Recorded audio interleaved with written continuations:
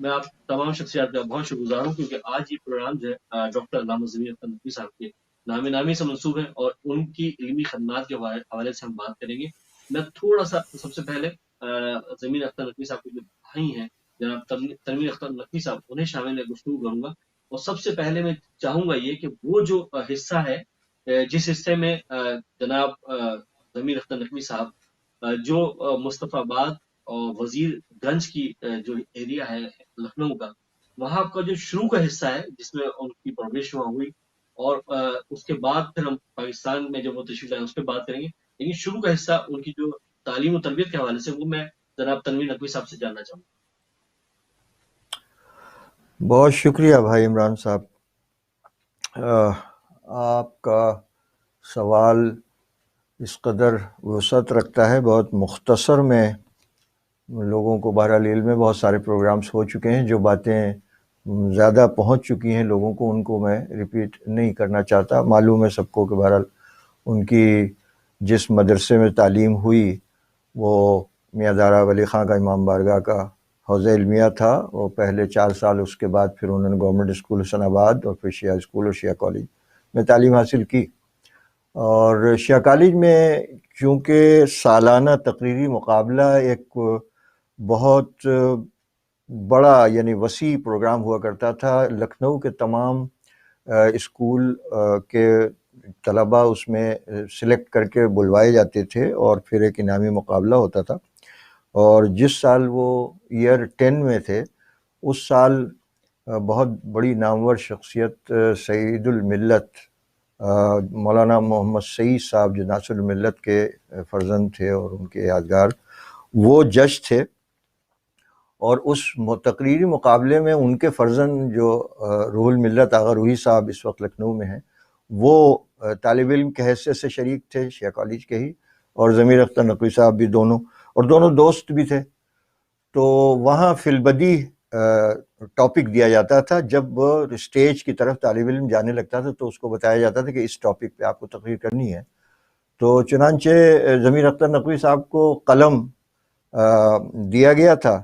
اور آغا روحی صاحب کو نہج البلاغہ ہاتھ میں پکڑا دی گئی تھی۔ انہوں نے نہج البلاغہ بھی تقریر فرمائی اور ضمیر اختر نقوی صاحب نے قلم کے اوپر تقریر فرمائی۔ تو اور بہت سے طلباء تھے اس میں شریک، مختلف جو دوسرے اسکول کے، تو اس میں ضمیر اختر نقوی صاحب کو پہلا انعام سعید الملت علی اللہ مقاموں کے ہاتھوں سے ملا، اور دوسرا انعام ان کے بیٹے کو۔ تقریریں دونوں بہت عمدہ تھیں، لیکن یہ کہ خاص طور سے اپریشیٹ بھی کیا ججز نے، ان کے علاوہ جو 2 ججز تھے، مولانا محسن صاحب قبلہ آل نجم العلماء اور مولانا صادق صاحب مرحوم ہو گئے۔ تو ایک یہ بچپنے کا واقعہ میں بہرحال بہت قابل ذکر سمجھتا ہوں، کیونکہ میں اس وقت شریک تھا، آڈینس میں بیٹھا ہوا تھا، اور یہ بات بہت دن تک موضوع بحث رہی کہ سعید الملت کے ہاتھوں سے پہلا انعام حاصل کرنا، فی البدی ٹاپک کے اوپر تقریر کرنا۔ اس کے بعد ان کا پھر مجلسیں پڑھنے کا سلسلہ بحیثیت طالب علم شروع ہو گیا تھا اسی نوعمری میں، یہاں تک کہ کالج کے زمانے میں وہ باقاعدہ مجلس پڑھنے لگے تھے، مگر یہ کہ یہ محرم کے زمانے تک ہی محدود تھا۔ پھر شیعہ کالج سے فراغت کے بعد چونکہ ایک پہلے سے ڈیسائیڈ ہو گیا تھا پاکستان جانے کا سلسلہ، اور وہ 65 کی جنگ کی وجہ سے 2 سال ملتوی رہا راستہ بنتا، تو 1967 میں جیسے ہی سفر کی آسانیاں جو ہیں فراہم ہوئیں، وہ وہاں سے والدہ مرحومہ اور ہماری بہنوں کو لے کے پاکستان آ گئے، اور بہت بے سر و سامانی میں آئے تھے، اس لیے ان کی کتابیں، ہمارے والدہ کی لائبریری جو اثاثہ تھا ہمارا وہاں لکھنؤ میں، اور ہمارے نانا اور دادا کے زمانے سے وہ لائبریری چلی آ رہی تھی، ہمارے والدہ نے بہت اس میں اضافہ کیا تھا، تو یہ ساری کتابیں وہیں رہ گئی تھیں۔ تا وقت ہے کہ 1970 میں ہمارے والد صاحب جب پاکستان کے لیے آمادہ ہوئے سفر کے، تو ہماری والدہ نے بہت تاکید کے ساتھ ان کو لکھا کہ کتابیں ضرور ساتھ لائی جائیں، اور کوئی سامان آئے یا نہ آئے۔ تو یہاں ظاہر ہے کہ وہ ان کو لائبریری کا اثاثہ میسر آیا۔ ہم جب 1970 میں آئے، اس وقت میری پہلی ملاقات ابھی آپ کے جو دوسرے مہمان ہیں علی ضیاء رضوی صاحب، ان سے ہوئی۔ یہ ایک نوعمر طالب علم تھے، مگر نوعمر نوحہ خان بھی تھے اسی وقت، اور میری انجمن غم خانہ عباس میں وہ بہرحال جو سرگرمیاں ان کی تھیں وہ دیکھی میں نے، اس وقت ان کی نشستیں جو ہیں وہ آل رضا صاحب، جوش ملیح آبادی صاحب اور نسیم امروئی صاحب، یہ 3 بڑے مرثیہ خان تھے اس وقت کراچی میں، مرثیہ گو، اور یہی 3 جدید مرثیے کے پلرز بھی ہیں۔ تو جی یہ اتفاق ہے کہ اور تنقیدی مضامین کے علاوہ ضمیر اختر نقوی صاحب نے ان تینوں کے متعلق لکھا ہے، ان کی سوانح، ان کا کلام، ان کی خصوصیات۔ تو واحد ضمیر اختر نقوی صاحب ہیں جو ان تینوں مرثیہ لکھنے والوں کے متعلق، ایک اردو مرثیہ پاکستان میں جو پوری تاریخ انہوں نے لکھی کتاب، اس میں اوروں کا بھی تذکرہ ہے، خاص طور سے جوش ملیح آبادی کے مرثیے انہوں نے ترتیب دیے، اور بہت قریبی نشستیں پھر پاکستان میں ان کی رہیں۔ اگر اور کوئی آپ مناسب سمجھتے ہیں کہ جی میں بالکل بالکل، کیونکہ میں یہ جاننا چاہ رہا تھا کہ جس طرح سے یہ سلسلہ شروع ہوا اور ہندوستان کی سرزمین سے آپ نے ہجرت کی، پاکستان تشریف لائے، اسی میں بہت ساری شخصیت ظاہر ہے، جان ایلیے بھی تھے، نسیم امروئی صاحب بھی تھے، اور بڑی بڑی شخصیات جنہوں نے ادبی حوالے سے بہت بہترین سرگرمیاں جو پاکستان کی تاریخ میں ظاہر ادبی حوالے سے جو سرگرمیاں شروع ہوئیں وہ ان کے آنے کے بعد یقینی طور پہ شروع ہوئی، اور جس طرح سے محافل کا آغاز ہوا اس میں ایک محفل، کیونکہ میں تھوڑا سا اس حوالے سے جاننا چاہتا ہوں کہ جو پہلی محفل ہوئی خاص طور پہ جس کا ذکر کیا جاتا ہے کہ جس میں جوش ملیح آبادی کے ہم اثر بہت ساری شخصیات اس محفل کا حصہ تھی، اور وہ میر انیس کے حوالے سے تھی۔ تو قبلہ کی بہت بڑی ریسرچ جو ہے میر انیس اور میر دبیر کے اوپر ہے، تو میں تھوڑا سا جاننا چاہتا ہوں جب پاکستان آپ کو تشریف لائے اس سے پہلے بھی کوئی ہندوستان میں بھی کسی ایسی سرگرمی کا وہ حصہ رہے، جیسے کہ پاکستان والی اس کانفرنس میں ایز اے بہترین نظامت کے طور پہ انہیں چنا گیا اتنے بڑے بڑے شعراء کے درمیان، اس کے حوالے سے تھوڑی سی آپ سے چاہوں گا کہ کیا ہندوستان میں بھی ایسا کچھ کوئی واقعہ تھا؟ ہاں، ہندوستان میں بہرحال جب کالج کا مشاعرہ یا کوئی ادبی نشست ہوتی تھی تو عام طور سے یہ نام انہی کے سر سیرا ہوتا تھا اس کی نظامت کا، اور جی ان کا انداز بہت مخصوص ہوا کرتا تھا۔ مثلاً ہر شاعر یا کسی ادیب یا مقرر کو وہ بلاتے تھے تو کسی نہ کسی استاد کا شعر پڑھنے کے بعد ان کا استقبال کرنا، اور یہ پریکٹس ان کو بہرحال وہاں سے مہیا ہوئی تھی، کیونکہ لکھنؤ کا ایک ماحول تھا۔ لکھنؤ جی کا ماحول ادبی اور شعری تو تھا ہی، لیکن اس کے ساتھ ساتھ تہذیب کے ساتھ نشست وہ لکھنؤ میں ہی رہ گیا۔ ایک چھوٹی سی مثال میں دینا چاہتا ہوں، یہ شاید 1930s میں کسی وقت کی ہے۔ سرکار ناصر الملت حیات تھے اور ایک قصیدہ خوانی کی محفل ہو رہی تھی، اور اس میں صدارت فرما رہے تھے، تو ایک نوعمر بچے نے جس کی بروایت 16-17 سال عمر تھی قصیدہ پڑھنے کی اجازت چاہی، اور انہوں نے اجازت دی۔ اس نے ایک شعر پڑھا جو میں سنانا چاہتا ہوں، اور وہ جی شعر قصیدے کا ایسا ہے کہ اس کا جو دوسرا مصرع ہے وہ بھرپور غزل کا مصرع ہے۔ اس بچے نے یہ شعر پڑھا کہ برائے سیر دو شہزادہ عالم نکلتے ہیں، برائے سیر دو شہزادہ عالم نکلتے ہیں، نبی ناقہ بنے ہیں گیسوؤں کے خم نکلتے ہیں۔ اس میں جو ترکیب ہے گیسوؤں کے خم نکلنا، یہ غزل کی ترکیب ہے،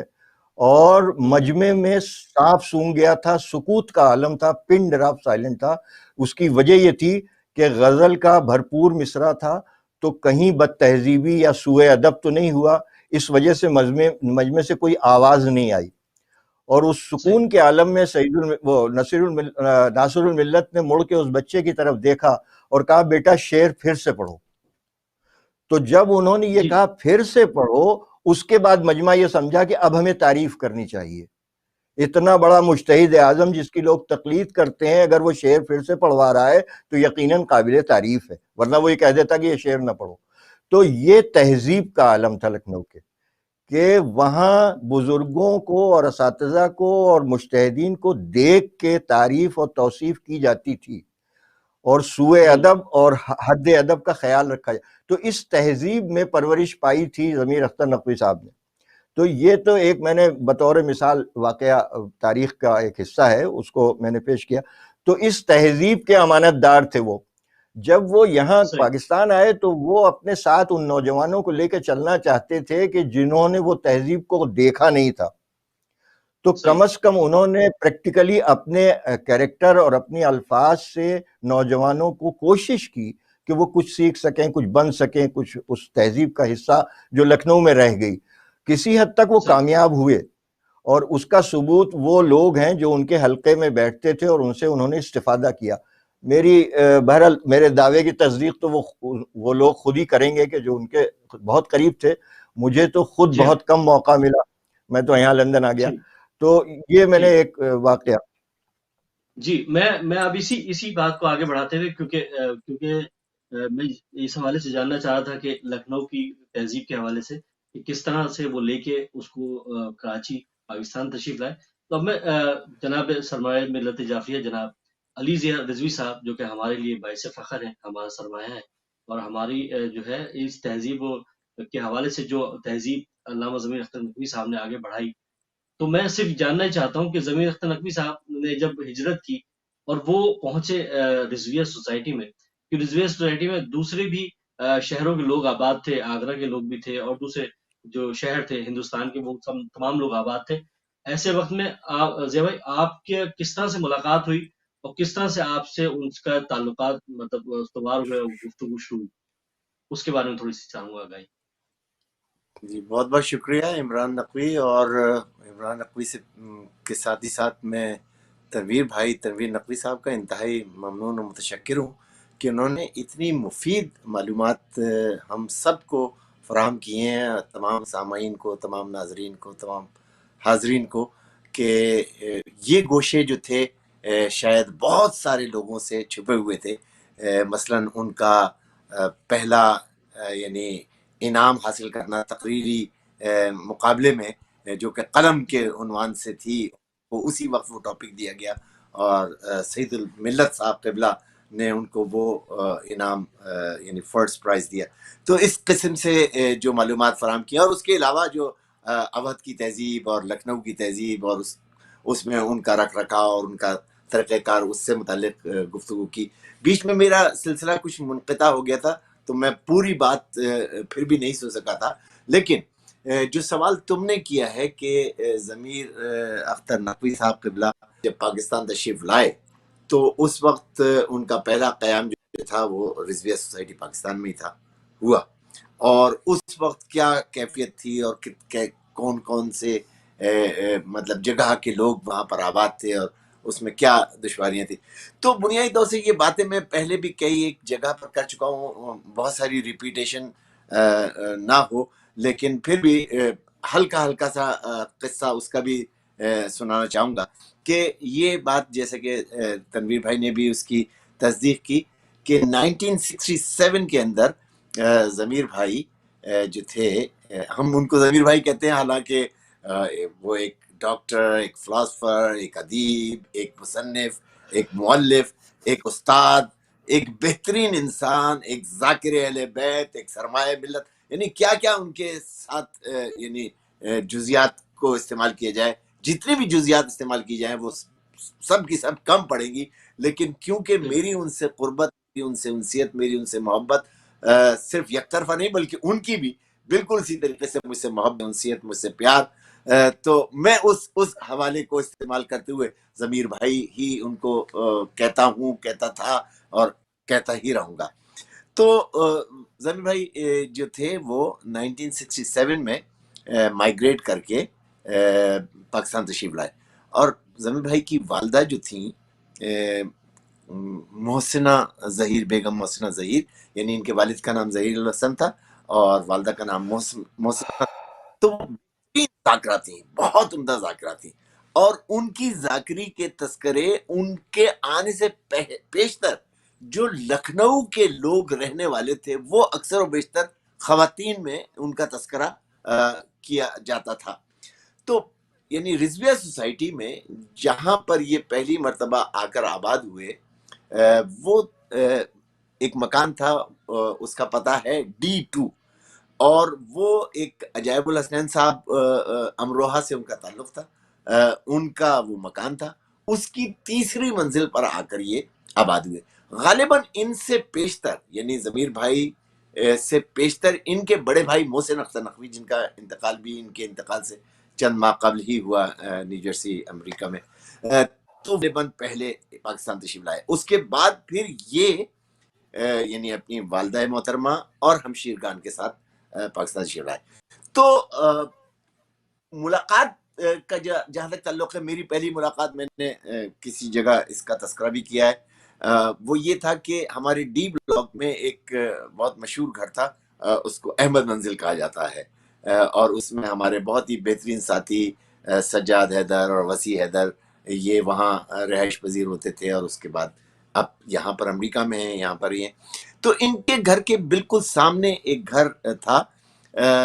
اس میں دو بھائی رہتے تھے، ان میں سے ایک کا نام یعنی جو پکارا جاتا تھا منو، ایک کو کہا جاتا تھا، ایک کو مقتدا کہا جاتا تھا۔ تو منو مقتدا یہ دو بھائی تھے۔ اب مجھے اس وقت یہ سر دس مکمل طور سے یاد نہیں ہے کہ وہ ان کا اپنا ذاتی مکان تھا یا وہ کرائے پہ رہتے تھے، میرا خیال سے وہ شاید کرائے پر رہتے تھے۔ تو ان کے گھر میں ایک مجلس تھی، اور وہ مجلسیں عموماً یعنی نوجوانی کا دور تھا، وہ اس میں جو مجالس ہوتی تھی وہ چھوٹی چھوٹی مجلسیں ہوتی تھی، بچوں کو جمع کیا اور اس میں جا کے مطلب کسی نے سوز پڑھ دیا اور کسی نے تھوڑی سی مطلب منقبت سلام پڑھ دیا، سوز سلام پڑھ دیا، اور پھر اگر بہت ہوا تو کسی نے اٹھ کے ایک کرسی پہ ربائی پڑھ دی، اور ربائی میں مثلاً وہ والی ربائی پڑھ دی کہ پتھر پہ علم دین کا گاڑا کس نے، اس طرح کا سلسلہ کا ہوتا تھا، اور وہ ربائیاں پڑھی جاتی تھی، اور اس کے بعد پھر ماتم، اور ماتم میں مطلب نوخانی ہو رہی ہے، ہم بھی ماتم کر رہے ہیں، 2 ہاتھ کا بھی ماتم ہوتا تھا، 1 ہاتھ کا بھی ماتم ہوتا تھا۔ تو یہ طریقہ کار تھا۔ تو وہ جو میں بات کر رہا ہوں کہ ضمیر اختر نقوی صاحب نے وہاں منو مقتدا کے ہاں وہ ایک مجلس تھی اور ہم سب وہاں پر موجود تھے، تو مطلب اسی طریقے سے سوز سلام ہوا۔ پھر مقتدا نے ضمیر بھائی کو مخاطب کیا کہ آئیے ضمیر بھائی آپ مجلس پڑھیے۔ تو اب ہم نے سب نے پلٹ کر دیکھا کہ ایک بہت ہی انتہائی دبلا پتلا نحیف سا بہت ہی خوبصورت یعنی گلابی رنگت اور بال اس طریقے سے سجے ہوئے اور کرتا اور پاجامہ پہنے ہوئے اور پان کھائے ہوئے، تو اس انداز میں ایک شخص کو میں دیکھا، اور بہت ہی یعنی اس وقت ان کی عمر میرے خیال سے رہی ہوگی تو بہت اگر ہوگی تو 20 سال یا 21 سال ہوگی، یا تنویر بھائی زیادہ اس کا بہتر بتا سکیں گے، لیکن میرے خیال سے یہی سن تھا۔ تو خیر وہ آ کے اس کرسی پہ بیٹھے اور اس کے بعد انہوں نے خطبہ پڑھا، اور خطبہ بھی جو پڑھا تو وہ بھی بہت ہی مختصر خطبہ، یعنی انتہائی مختصر خطبہ۔ اس کے بعد پھر انہوں نے اس خطبے کو بھی اور مختصر کر دیا۔ اب جو مجالس پڑھتے تھے وہ اس میں صرف اور صرف بسم اللہ الرحمن الرحیم، ساری تعریف اللہ کے لیے، درود و سلام محمد و آل محمد کے لیے، یہ شروع کر دیا تھا۔ لیکن اس بیشتر انہوں نے صرف اہل بیت ہت طاہرین معصومین تک کہہ کے اور وہ اس کو ختم کیا، اور پھر مجلس کا آغاز کیا۔ اور مجلس کا آغاز جو کیا انہوں نے، میں جیسے یہ بتاؤں آپ کو کہ میں اس وقت تقریباً کوئی 12 سال یا 13 سال کا ہوں گا، 12 سال کا، 55 میں میری پیدائش ہوئی تو 67 میں 12 سال کا۔ تو اس سے پہلے مجلس سننے کا کوئی مطلب نہ سینس تھا، نہ گمان تھا، نہ ہم مجلس سن سکتے تھے یا سن پاتے تھے، یا بڑی بڑی یعنی علامہ رشید ترابی صاحب کی بھی مجالس ہوا کرتی تھی، اس میں جاتے ضرور تھے لیکن نہ تو ہماری سب میں بیٹھ پاتے تھے۔ تو ضمیر بھائی نے جب وہ شروع کی مجلس تو اتنا دھیما لہجہ، اتنی پرکشش آواز، اتنی بہترین لفظوں کا چناؤ، اور اس کے ساتھ جو مضمون تھا وہ اتنا بہترین مضمون تھا کہ وہ تمام کی تمام باتیں جو تھیں وہ اس مضمون سے ایک دم ایسی پیوست ہوئی تھی کہ یقین کرو کہ وہ مجلس میرے ذہن میں آج تک بالکل اس طریقے سے بیٹھی ہوئی ہے کہ جیسے بالکل روز روشن، بالکل۔ اور مجھے آج تک یاد ہے کہ اسی مجلس کے اندر انہوں نے پہلی مرتبہ امام حسین علیہ السلام کی آنکھوں کی تعریف کے سلسلے میں جو میر انیس اشعار پیش کیے ہیں، اس کے اشعار انہوں نے اس میں پڑھے تھے کہ آنکھوں کو کہیے عین تو عین عطا ہے، یہ سب کو ہے تو، اور یہ پوری، اور اس کے بعد انہوں نے بتایا کہ اس یعنی جو میر انیس نے جو بند کہے ہیں اس میں امام حسین علیہ السلام کی آنکھوں کی 53 صفت، اور اس میں انہوں نے باقاعدہ گن کے بتائیں کہ احسان بھی، حیا بھی، مروت بھی، قہر بھی، لو موت بھی، حیات بھی، عبرت بھی ہے۔ مطلب ایک ایسا ایک سما باندھ دیا تھا انہوں نے کہ میرے خیال سے صرف میں ہی نہیں بلکہ جتنے لوگ اس مجلس میں اس وقت موجود تھے وہ سب کے سب ایک دم جیسے کہتے ہیں نا کہ محسور ہو گئے تھے، جیسے کہتے ہیں کہ ہیپنوٹائز ہو گئے تھے. تو بالکل یہی تاثر تھا. کوئی ایک بچہ بھی جو تھا وہ نہ تو کروٹ بدل رہا تھا، نہ اپنا پہلو بدل رہا تھا، نہ اٹھ رہا تھا، بس سب ہمتن گوش ہو کے ضمیر بھائی کے چہرے کو دیکھ رہے تھے اور مجلس سن رہے تھے. اور انہوں نے اس مجلس میں میر انیس کے اشعار اور مطلب بہترین انداز میں یعنی بدر کا قصہ بیان، اور اس بدر کے قصے کو بیان کرتے کرتے پھر وہ آئے آپ کے خدا بلا کرے مصائب میں، اور مصائب میں انہوں نے جناب حبیب ابن مظاہر کو پیش کیا. تو ہم نے اس سے پہلے جو یعنی حبیب ابن مظاہر علیہ السلام کے متعلق گفتگو سنی تھی وہ بس اتنی سنی تھی کہ بھائی حبیب ابن مظاہر جو تھے وہ صرف امام حسین علیہ السلام کے بچپن کے دوست تھے، اور جب کربلا معلیٰ میں امام حسین پہنچے تو انہوں نے جس دوست کو اپنے طلب کیا اس کا نام حبیب ابن مظاہر تھا، اور ایسے ایسے کر کے وہ آ گئے. جو مفصل بیان رقت آمیز انداز میں ضمیر بھائی نے یعنی حبیب ابن مظاہر علیہ السلام کا بیان کیا، ہم تو مطلب ہر آدمی جو تھا رو رہا تھا. یعنی اس وقت 12 سال کی سن میں آنکھوں سے آنسو نکل آنا تو وہ واقعا کوئی ایسی ہی جاذبیت والی تقریر تھی کہ جس میں ہمارے جیسے بچے کی آنکھوں سے آنسو روا تھے. اور خیر اس کے بعد وہ مجلس اختتام کو پہنچی اور ہم نے نوابی پڑھے، اور اس کے بعد پھر فوراً نواب پڑھنے کے بعد فوراً میں جلدی سے تفاق سے ضمیر بھائی کے پاس گیا اور پوچھا کہ بھائی آپ کہاں سے آئے ہیں، آپ کا کیا نام ہے، کہاں رہتے ہیں، یہ ساری. اور مطلب اتنا مطلب وہ ہوا کہ مجھے ایسا لگا کہ جیسے میں ان کو بہت پہلے سے جانتا ہوں اور بہت میری مطلب شناسائی ہے. اور اس کے بعد پھر وہ مجالس کا سلسلہ آہستہ آہستہ آہستہ آہستہ آگے ہوتا رہا، بڑھتا رہا، اور اسی طریقے سے مجلسیں ہوتی رہیں. بات جو آپ نے شروع کی تھی کہ ضمیر اختر نقوی کا تعلق لکھنؤ کی تہذیب سے، اور وہاں یعنی کراچی میں رضویہ سوسائٹی میں خاص طور سے جو آبادی تھی اس وقت وہ کن مطلب جگہ کس جگہ کے لوگوں کی آبادی تھی. تو بنیادی طور سے رضویہ سوسائٹی جو ہے وہ یعنی مجموعہ تھی امروہہ اور آگرہ کے لوگوں کی. یعنی بہت بڑی تعداد امروہہ کے لوگوں کی تھی اور اتنی ہی بڑی تعداد آگرہ کی تھی. آگرہ میں یعنی شاہ گنج کے لوگ بھی تھے، پہرسر کے لوگ بھی تھے، بھرت پور کے بھی لوگ تھے. اسی طریقے سے امروہہ میں جو بھی علاقے رہے ہوں گے ان کے لوگ آباد تھے امروہہ کے. تو جناب یعنی انیس الحسنین صاحب جو تھے جو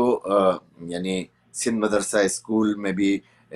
پڑھاتے رہے اور قائد اعظم کی نماز جنازہ بھی انہوں نے پڑھائی، تو وہ اس رضویہ سوسائٹی کے بانیوں میں سے ایک بانی تھے. اس کے علاوہ بھی بہت سارے لوگ ہیں، مثلا مصیب علی زیدی صاحب ہوئے، یا آفتاب علم قزلباش ہوئے، یا یعنی یہ جو ہمارے جعفر بھائی جو گنج جعفر کے نام سے مشہور ہیں، ان کے والد محترم ذاکر صاحب، یا معاون حسین صاحب امروہہ کے. تو یہ وہ ہستیاں ہیں کہ جنہوں نے یعنی رضویہ سوسائٹی کی. تو وہ جو ماحول تھا اس میں آگرہ اور یعنی امروہہ اس کی تعداد زیادہ تھی، لیکن اس کے علاوہ بھی کچھ افراد لکھنؤ سے تعلق رکھتے تھے، وہ بھی وہاں قیام پذیر تھے. کچھ لوگ اعظم گڑھ سے تعلق رکھتے تھے، وہ بھی وہاں پر قیام پذیر تھے. تو اتنی یعنی جگہ کے لوگ موجود ہونے کے باوجود ضمیر میں جب مجالس کا آغاز کیا، پڑھنا شروع کی مجلسیں یعنی رضویہ میں، اس سے پہلے تو وہ لکھنؤ میں پڑھتے ہوئے تھے، لیکن جب رضویہ میں تو لوگوں کو یہ سمجھ میں آنے لگا کہ یار یہ مجلسیں تو ان مجلسوں سے ڈیفرنٹ ہیں جو ہم سنتے رہے، یہ تو ہیں، یہ تو تہذیب علیحدہ ہے. پھر ضمیر بھائی اس کے ساتھ ساتھ نہ صرف یہ کہ مجلس پڑھتے تھے بلکہ مجلس پڑھنے کے ساتھ ساتھ ہم جیسے لڑکوں کو یا ہم سے بڑے لڑکوں کو بھی، ہم سے چھوٹے لڑکوں کو بھی گاہے بگاہے یہ بات بھی سمجھایا کرتے تھے. مطلب بیچ مجلس میں کبھی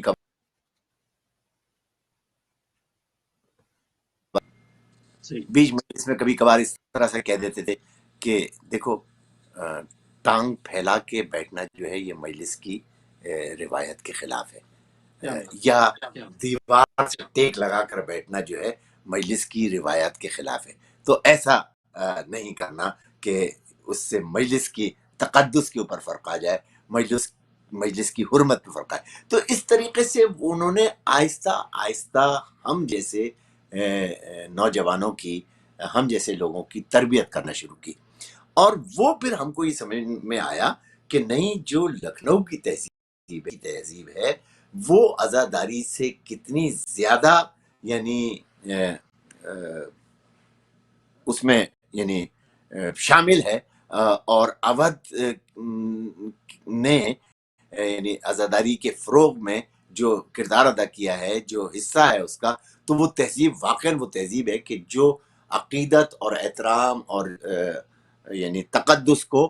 بحال کرتی ہے، جس کو یہ کہا جائے کہ اس کی وجہ سے تقدس میں اضافہ ہوتا ہے۔ تو یہ ساری صورت تھی کہ جو ضمیر بھائی نے ہمیں سکھائی، اور ہمیں سیکھنے کا موقع ملا، اور ان کی نشست میں ہم نے یہ تمام باتیں سیکھی۔ جی کیا کہنے، ضیاء بھائی نے اس حوالے سے بڑی اچھی گفتگو کی۔ ظاہر ہے جس طرح سے ڈاکٹر علامہ ضمیر اختر نقوی صاحب نے ہجرت کی، اور ہجرت کر کے جو رضویہ سوسائٹی میں قیام کیا، اس قیام میں جو اہم ظاہر ہے اہم پیغام انہوں نے وہاں دیا، اور جس طرح سے تربیت کی نوجوان نسل کی، انہیں بتایا، جیسے کہ ابھی علی ضیاء رضوی صاحب نے کہا کہ باقاعدہ بتایا کہ بھی کس طرح سے، کس تہذیب کے ساتھ آپ نے عزائے حسین میں بیٹھنا ہے، بڑی مطلب اس طرح سے، اور جس طرح سے مصائب کے حوالے سے بیان کیا علی ضیاء رضوی صاحب نے کہ مصائب جو ہے مسلم نقیل حبیب مظاہر بیان کیے، وہ پہلی دفعہ سنے، بہت ساری چیزیں نہیں سننے کو ملی۔ اب میرے ساتھ مبلغ رضا جناب اسلم ہاشم صاحب ہمارے ساتھ موجود ہیں، جو کہ ظاہر ہے کسی تعارف کے محتاج نہیں ہے، دنیا بھر میں روز ازا کے لیے بڑا کام ہے مبلغ رضا اسلم ہاشم صاحب کا، اور ان کا تعلق بھی رضویہ سوسائٹی سے، انجمن غمخوان عباس سے ہے۔ میں کیونکہ جب انہوں نے سفر کیا، یعنی پاکستان کے باہر سے جب باہر آئے، تو ظاہر جب یو کے تشریف لائے، تو یہاں یو کے میں جو بہترین انداز سے مہمان نوازی کی وہ جناب اسلم ہاشم صاحب نے کی۔ میں جاننا چاہتا ہوں کہ تھوڑا سا حصہ میں چاہوں گا رضویہ کے حوالے سے، میں جانوں گا جناب مولوی اسلم ہاشم صاحب سے، اور دوسرا حصہ یہاں جب وہ یو کے تشریف لائے اس کے حوالے سے جاننا چاہوں گا۔ جی اسلم بھائی۔ جی، سب سے پہلے آپ کو عمران نقوی مبارکباد پیش کروں گا۔ ہرچند کے ایام اعظم میں مبارکباد نہیں دیتے، لیکن واقعی قابل مبارکباد ہیں آپ کہ آپ نے اتنا اہم پروگرام مرتب کیا، اور میرے لیے آپ نے اتنی یعنی عزت افزائی کی کہ استاد محترم سید علی ضیاء رضوی کی موجودگی میں مجھے شامل کیا، جو کہ میرے لیے بہت بڑا ایک اعزاز ہے۔ تنویر بھائی ہیں، اور اس لیے پہلے تو میں شکریہ ادا کر دوں۔ پھر اس کے بعد یہ کہ بالکل گنجائش نہیں ہے، جو باتیں تنویر بھائی نے کی وہ جس قدر گہری اور یعنی نامعلوم تھی ہمیں وہ پتہ چلی، اور استاد محترم نے جناب علی ضیاء رضوی صاحب نے جو بتایا وہ بھی وہی یعنی اسی زمرے میں آئیں گی کہ یعنی یہ جو باتیں ہوئی ہیں، اس سے اگر کوئی شخص جو ضمیر بھائی کو، اچھا میری بھی مجبوری یہ ہے کہ ہر چند کے وہ مجھ سے بھی بڑے ہی تھے، لیکن ضیاء بھائی اس بات کی گواہی دیں گے کہ ہم لوگ جب ساتھ بیٹھتے تو ضمیر بھائی کہتے تھے، حالانکہ ان کا حق ہے کہ میں ان کو علامہ ڈاکٹر ضمیر اختر نقوی ہی کہہ کے بلاؤں، لیکن وہ بے اختیار نکل جاتا ہے منہ سے، کیونکہ یہی ایک ان کے ساتھ رابطہ تھا۔ تو میں نے جو ضمیر بھائی کو پہلی مرتبہ سنا، شاید اگر میرا سن غلط نہیں ہے تو 1973 میں وہ ای بلاک میں کسی کے گھر مجلس پڑھ رہے تھے، اور یا تو وہ شاندار وفادار کے گھر میں پڑھ رہے تھے یا پھر ان کے برابر میں پڑھ رہے تھے، یعنی ایک خاکہ ہے۔ تو میں نے دیکھا کہ ایک شخص اتنا سافٹ اسپوکن ہے، اتنا نرم لہجہ ہے کہ دل چاہ رہا تھا کہ وہ کیا بول رہے ہیں، وہ سنو، وہ کہہ کیا رہے ہیں، اتنی یعنی ملائمت ان کے لہجے میں تھی، لفظوں میں، اور لفظوں کی تو بات اس وقت ہمیں ظاہر ہم معیار طے نہیں کر سکتے، لیکن بعد میں ہمیں پتہ چلا کہ ان کے پاس لفظوں کا بھی خزانہ تھا، علم کا بھی خزانہ تھا، انداز کا بھی خزانہ تھا. تو وہ اس کے بعد سے تو ہم شائدہ ہو گئے ان کے. پھر ظاہر ہے کہ ان کے کیونکہ ہم ضیاء بھائی کے پیچھے پیچھے لگے رہتے تھے، تو جب ضیاء بھائی سے ضمیر بھائی ملا کرتے تھے تو ہماری بھی ملاقات ہوتی تھی. اور پھر ان کی اور ضیاء بھائی کی یہ خاص بات تھی کہ ساری باتیں ہونے کے بعد کہیں نہ کہیں دین آ جاتا تھا آخر میں، اور پھر وہاں پہ ڈسکشن شروع ہو جاتا. پھر وہ وہاں پہ باتوں کو ظاہر جو ہمارے مثال کے طور پہ ایسی مثال بنا رہا ہوں کہ کوئی مسئلہ ہمارے پاس کربلا کا پھنسا ہوا ہے، تو یہ کیونکہ ایک ماحول بن گیا تھا مذہبی، تو پھر اس میں وہ ضمیر بھائی کی گائیڈنس آ جاتی تھی، اور وہ اپنی بہت ہی دھیمے لہجے میں وہ بات کو ذہنوں کے اندر بٹھا دیتے تھے. تو یہ تو علامہ صاحب کا طریقہ تھا. اور یہ بہت بعد میں جا کے علامہ صاحب نے یعنی اپنی تقریر میں لاؤڈنس لے کے آئے، ورنہ وہ اتنے یعنی آپ ان کو دیکھتے جیسے کہ استاد محترم نے پہلے بھی کہا کہ نحیف سے انسان تھے، مگر اس نحیف ہونے کے باوجود میں نے اتنا نیڈر اور دلیر آدمی نہیں دیکھا. حق انہی نے ہمیشہ حق بیانی کی، اور کبھی کسی خطرے کا سے وہ نہیں ڈرے. جہاں پہ جو حق تھا یعنی معصومین علیہ السلام کے حق میں وہ کبھی پیچھے نہیں ہٹے، کبھی پیچھے نہیں ہٹا. اور انہوں نے کہا، اور اس کی بے مثال بالکل تازہ ترین مثالیں موجود ہیں مختلف ٹی وی چینلز پہ. انہوں نے اتنا شاندار مظاہرہ کیا ہے کہ بہت سے لوگ اس کو سمجھ ہی نہیں سکے کہ انہوں نے کیا کیا ہے. لیکن بہرحال اس وقت یہ موضوع نہیں ہے. یہ بات میں نے شاید استاد محترم علی ضیاء رضوی صاحب سے بھی کہی کہ کسی نے مجھ سے گفتگو کرتے ہوئے ایک طنز کیا کہ نہیں وہ صاحب ہماری قوم کی عادت ہے کہ ہم مرنے کے بعد لوگوں کے پتلے بناتے ہیں. تو یہ مجھے شرف نصیب ہوا کہ میں نے ضمیر بھائی کو اپنی زندگی، ان کی زندگی میں، اپنی زندگی میں لیجنڈ آف دا ٹائم کا ایوارڈ یہاں پہ بلا کے دیا. تو آپ اس سے اندازہ کر سکتے ہیں کہ میں کتنا ان سے متاثر تھا. میں مطلب ظاہر ہے میں اس وقت ایسے لگے گا کہ منہ پہ یہ بات کر رہا ہوں کہ جو تربیت اور تعلیم میں نے ضیاء بھائی سے حاصل کی ہے، اس کے بعد اگر کوئی دوسرا نمبر ہے، کیونکہ ضمیر بھائی کے ساتھ میرا کم وقت گزرا ہے نسبتاً ضیاء بھائی کے، تو میں یہ سمجھتا ہوں جو ضیاء بھائی وہاں سے سیکھ رہے تھے میں ضیاء بھائی سے سیکھ رہا تھا. اور یہ جو تہذیب ازا ہے، یہ جو آپ نے مجھے یہاں دیکھا، یہ سب چیزیں میں نے اپنے ضیاء بھائی سے سیکھی اور وہی لے کے چلے. تو وہ ضمیر بھائی نے بھی بہت ساری چیزیں اس میں دی کہ کس طرح سے ذاکر کا انتخاب ہونا چاہیے، کس طرح سے فرش ازا بچھنی چاہیے. ساری ظاہر ہے والدین اور بھائی بہنوں سے کے بعد کی بات ہو رہی ہے، وہ گھر سے بھی تربیت ملتی ہے گھر سے، لیکن باہر والے کی بات کا اثر زیادہ ہوتا ہے. یہ قدرتی بات ہے کہ جس صحبت میں آپ بیٹھے ہیں وہ بہت اثر کر جاتی ہے. اب یہاں جب وہ آئے تو یہ بھی ایک عجیب اتفاق ہے، پتہ نہیں ضیاء بھائی کو یاد ہے یا نہیں یاد ہے. میں نے ضیاء بھائی کے کہنے پہ ہی ضمیر بھائی کو یہاں پہ اپنے الوداعی اشرا پڑھنے کے لیے بلایا. اس قدر کامیاب اشرا، اور یعنی مطلب لوگ بھرے پڑے ہوئے تھے اس میں.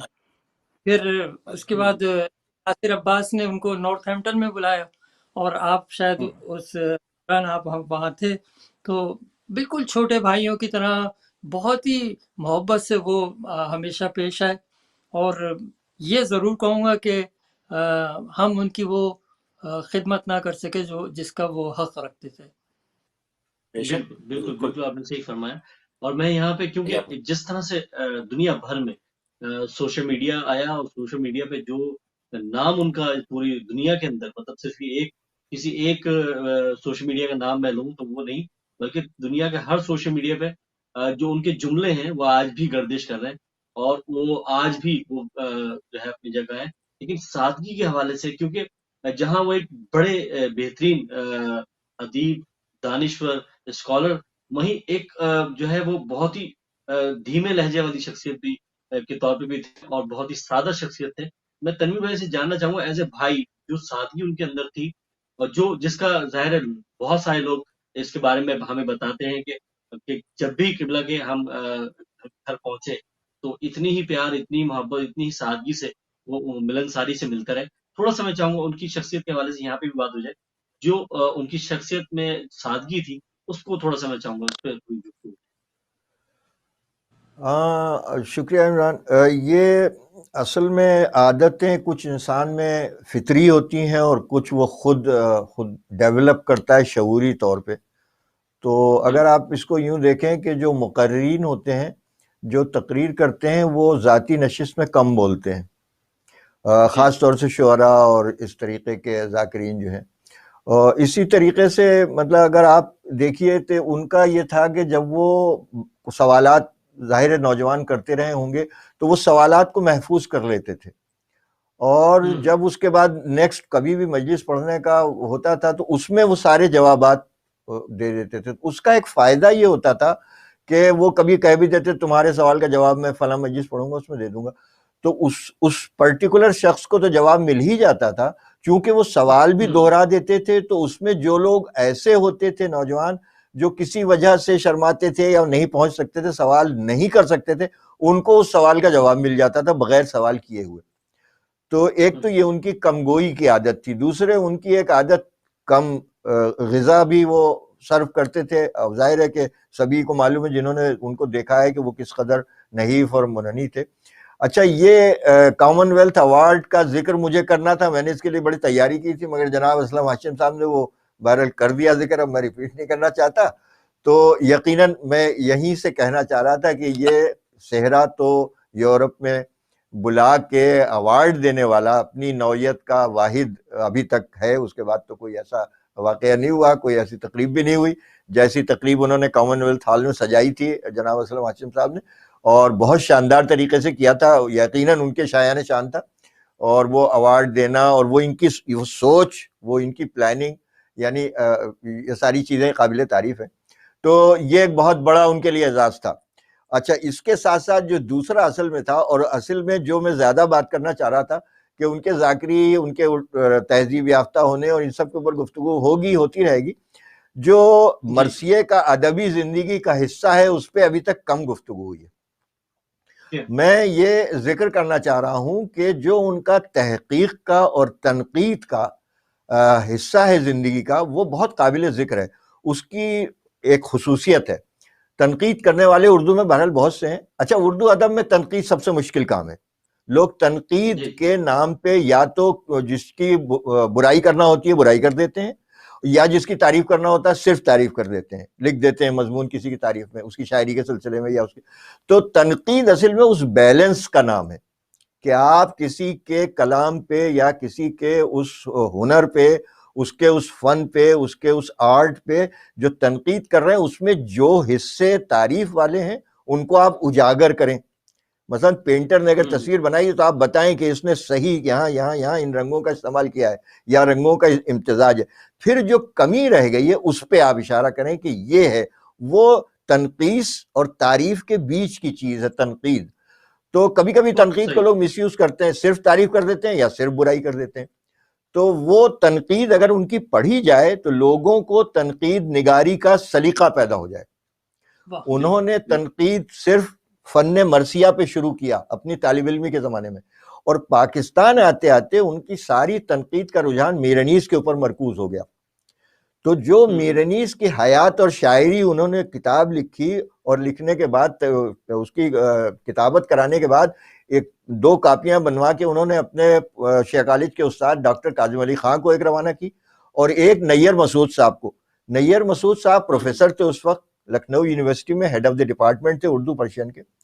نیر مسعود صاحب کو پاکستان میں کوئی نہیں جانتا تھا. یہ ایک افسوسناک یعنی پہلو ہے ہمارے ادب کا. ان کے وجہ سے، ضمیر اختر نقوی صاحب کی وجہ سے نیر مسعود پاکستان میں پہچانے گئے. اور اس کے بعد جب ان کا انتقال ہوا تو مبشر زیدی نے جنگ اخبار میں ان کے اوپر مضمون لکھا، اور یہ لکھا کہ نیر مسعود کو پہچانوانے والے ضمیر اختر نقوی صاحب ہیں، اور اس کی وجہ اردو تنقید اور مرثیہ ہے. تو یہ ایک رخ ہے کہ مسعود حسن ادیب کو متعارف کرانا، یا ان لوگوں کو جو مرثیے کا ایک حصہ ہیں تاریخ میں، ان کو ہندوستان میں وہ تھے لیکن پاکستان میں لوگ واقف نہیں تھے ان سے. یہ پاکستان کی شارٹ کمنگ تھی ادبی حصے. دوسرا حصہ یہ ہے کہ جب لوگوں نے پاکستان کا رخ کیا، یعنی میں اس امریکن اور یورپین اسکالرس کے حوالے سے بات کرنا چاہ رہا ہوں، پی ایچ ڈی کرنے کے لیے، تو پہلا جو امریکن اسکالر آیا پاکستان میں، اس کو بر صغیر کی عزاداری کے اوپر تھیسس لکھنا تھا. تو اس کو پروفیسرز نے یہ بتایا کہ آپ کو تھوڑی سی اردو سیکھنی پڑے گی، کیونکہ اکثر لوگوں سے آپ جو جا کے ملیں گے اس سلسلے میں، ان سے آپ کو اگر اردو میں آپ بات نہیں کر سکتے ہیں تو صحیح مواد اور کم وقت کے اندر آپ کو یہ نہیں، آپ کا تھیسس ہو سکے گا. چنانچہ اس نے پہلے اردو سیکھی بات چیت کی حد تک. اس کے بعد ضمیر اختر نقوی صاحب کا پتہ پوچھتا ہوا وہ ان کے فلیٹ پہ آیا اور اس نے آ کے کہا کہ میں یہ تھیسس لکھ رہا ہوں.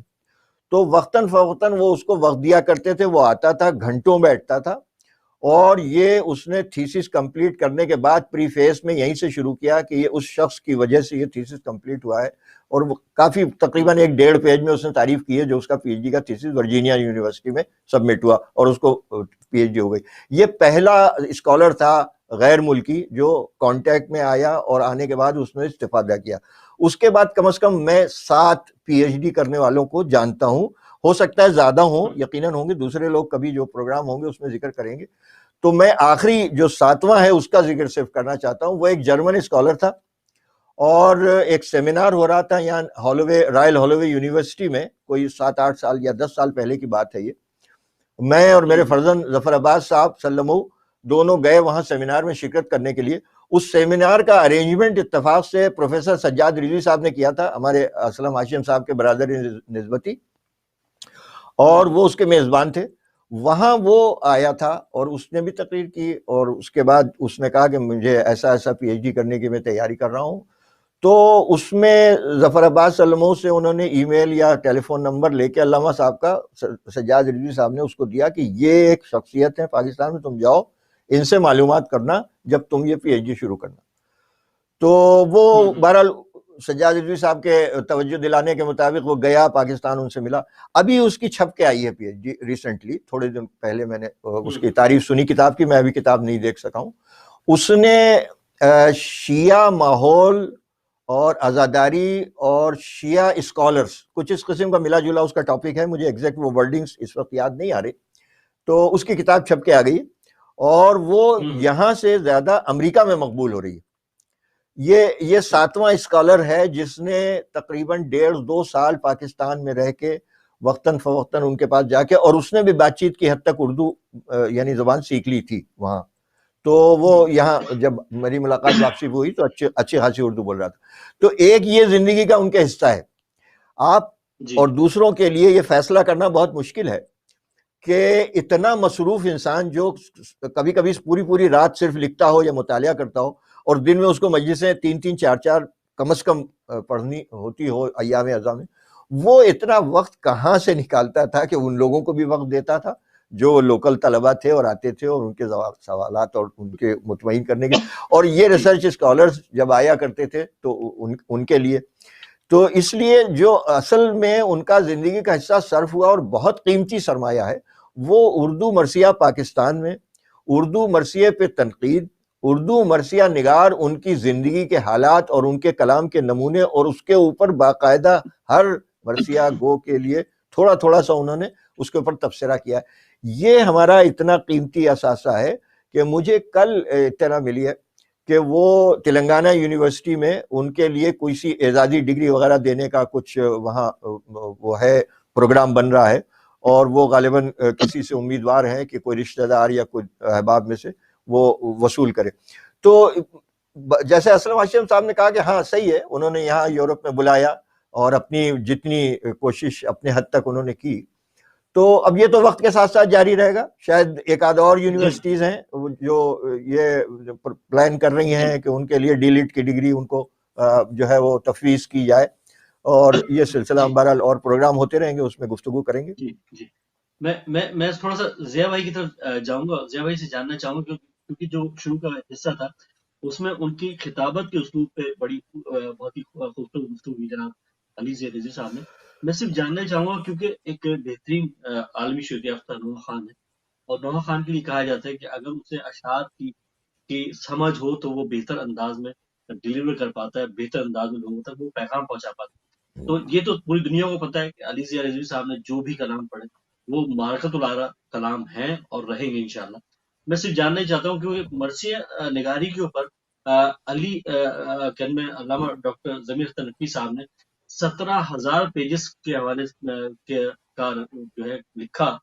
اور جو ایک بہت بڑا کام ہے. گزشتہ 100 سال میں ایسا کام دکھائی نہیں دیا کہ زیادہ سے زیادہ جو پیجز لکھے گئے وہ 300 سے 500 تک لکھے گئے، اس سے آگے نہیں لکھے گئے. تو ایز اے شاعر جناب علی زیہ رضوی صاحب آپ انہیں کیسا دیکھتے؟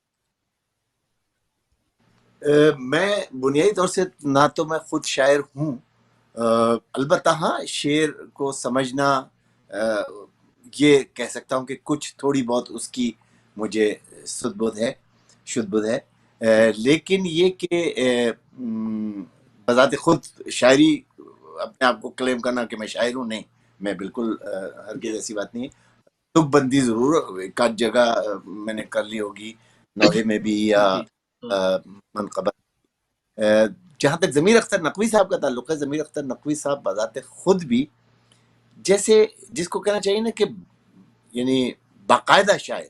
تو میں نہیں سمجھتا کہ ضمیر اختر نقوی باقاعدہ شاعر ہے، بالکل نہیں. ہاں یہ بھی میں نہیں کہوں گا کہ انہوں نے کچھ اشعار نہیں کہے یا کچھ، مطلب جیسے مثلا مجھے انہوں نے کم سے کم 4 نوحے مجھے دیے جو یہ کہہ کر دیے کہ یہ ان کے اپنے تحریر کردہ ہیں، یہ ان کے اپنے لکھے ہوئے ہیں. تو اس کے علاوہ بھی انہوں نے مجھے نوحے دیے جو پرانی کتابوں سے نکال کے دیے. تو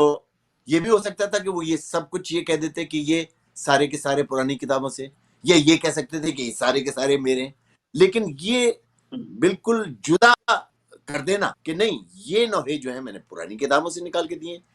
یہ نوحے میرے تھے، اس کا مطلب یہ ہے کہ ان کو شاعری کرنا آتی تھی اور انہوں نے شاعری کی، اور وہ نوحے معرکۃ العرا ہوئے اور مشہور بھی ہوئے، مقبول بھی ہوئے. مثال کے طور پہ جنگل میں بھرے گھر کو لٹائی یہ زینب بہت مقبول اور معروف ہوا، اور میں نے پڑھا اس کو، اور ضمیر اختر نقوی صاحب نے ہی مجھے تحریر کر کے دیا. یا اے دل بران جعفر تیار الوداع، یہ بھی ضمیر اختر نقوی صاحب کا تحریر کردہ نوحہ تھا. یا یہ کہ سونا ہوا رنگ چھا گئی مختل میں اداسی، یہ بھی ضمیر اختر نقوی کا نوحہ تھا کہ آخر میں احسانی زہرا آتا ہے. یا معصوم سکینہ پیاسی ہے، یہ بھی ضمیر اختر نقوی صاحب کا تحریر کردہ نوحہ تھا. تو یہ یعنی نوحے ان کے اپنے تخلیق کردہ نوحے تھے، اپنے یعنی خود انہوں نے اس کی بندش کی تھی، خود لکھے تھے. تو اور یہی کہہ کے مجھے دیے تھے اور میں نے ان کی ترجمے بنائی. تو اس حوالے سے ضرور کہی جا سکتی ہے کہ ضمیر اختر نقوی کو باقاعدہ شاعر تو نہیں کہا جا سکتا، میں نہیں کہہ سکتا، کیونکہ اگر وہ باقاعدہ شاعری کر رہے ہوتے تو جس طریقے سے ان کی تصانیف یا تالیف مطلب ہزاروں نہیں تو کئی 100 کی تعداد میں ہے، مثلا 350 سے زیادہ کتابیں ان کی ہیں. یہ 17,000 پیجز کا جو مرثیے کے اوپر جو مواد مسودہ ان کا ہے، جو ابھی یعنی کمپلیٹلی کتابی شکل میں نہیں ہے یا جلدوں میں نہیں ہے، لیکن بہرحال تیار ہو چکا ہے. تو اسی طریقے سے ان کی یعنی شاعری کے حوالے سے بھی کوئی نہ کوئی تحریر ہونی چاہیے تھی، کوئی نہ کوئی کتاب ہونی چاہیے تھی جس میں منقبتیں ہوتی ہیں، جس میں لیکن یہ میں نہیں کہوں گا کہ وہ باقاعدہ شاعر تھے. ہاں لیکن شاعری انہوں نے کی اور وہ انہوں نے مجھے دی. لیکن اس سے الگ ہٹ کے جو میں بات کہنا چاہ رہا ہوں، جیسے کہ ہمارے تنویر بھائی نے بھی بہت جدا گانا باتیں کی ہیں، اسی حیثیت میں یہ کہنا چاہ رہا ہوں کہ ضمیر بھائی کی اگر شخصیت کو ہم دیکھنا چاہیں تو وہ، میں آپ کو سچ بتا رہا ہوں کہ وہ 1 گھنٹے کا پروگرام نہیں ہے. 1 گھنٹے میں سما سکتی ہی، نمبر 1. نمبر 2 یہ کہ اگر ان کی شخصیت کے مطلب ہم حصوں کو ڈیوائیڈ کریں، مثال کے طور پہ ایک حصہ ہم خطابت پہ رکھیں، ایک حصہ ہم ان کی خطابت کی تربیت پر رکھیں. مثال کے طور پہ جو بچے انہوں نے تربیت یعنی جن کو انہوں نے خطابت سکھائی، ایک مرکز علوم اسلامیہ کے نام سے ایک ادارہ بنایا جس کے اندر کتابوں کی اشاعت بھی ہوتی تھی اور جس کے اندر بچوں کو خطابت کی تربیت بھی دی جاتی تھی. یہ حصہ. تیسرا حصہ مثال کے طور پہ ان کا، جیسے آپ نے تنویر بھائی نے بتایا کہ کہ ان کی صرف تنقیدی جو تحریر ہیں ان کے اوپر بات کی جائے، یا چوتھا حصے میں ان کی صرف جو تصانیف ہے اس کے اوپر بات کی جائے، چوتھا حصہ جو ان کے موضوعات رہے ہیں خطابت کے، یعنی وہ بالکل عجیب عجیب موضوع، یعنی مثال کے طور پہ کربلا غزل کے آئینے میں، اب یہ مجلس کا موضوع بن جانا، یعنی اس سے پیشتر جو مجالس کے موضوع ہوتے تھے وہ یا تو غدیر پڑھی جاتی تھی، یا احد پڑھی جاتی تھی، یا خیبر پڑھی جاتی تھی، خندق پڑھی جاتی تھی، حدیث ثقلین پڑھی جاتی تھی، یا دعوت ذوالشیرہ پڑھی جاتی تھی، یا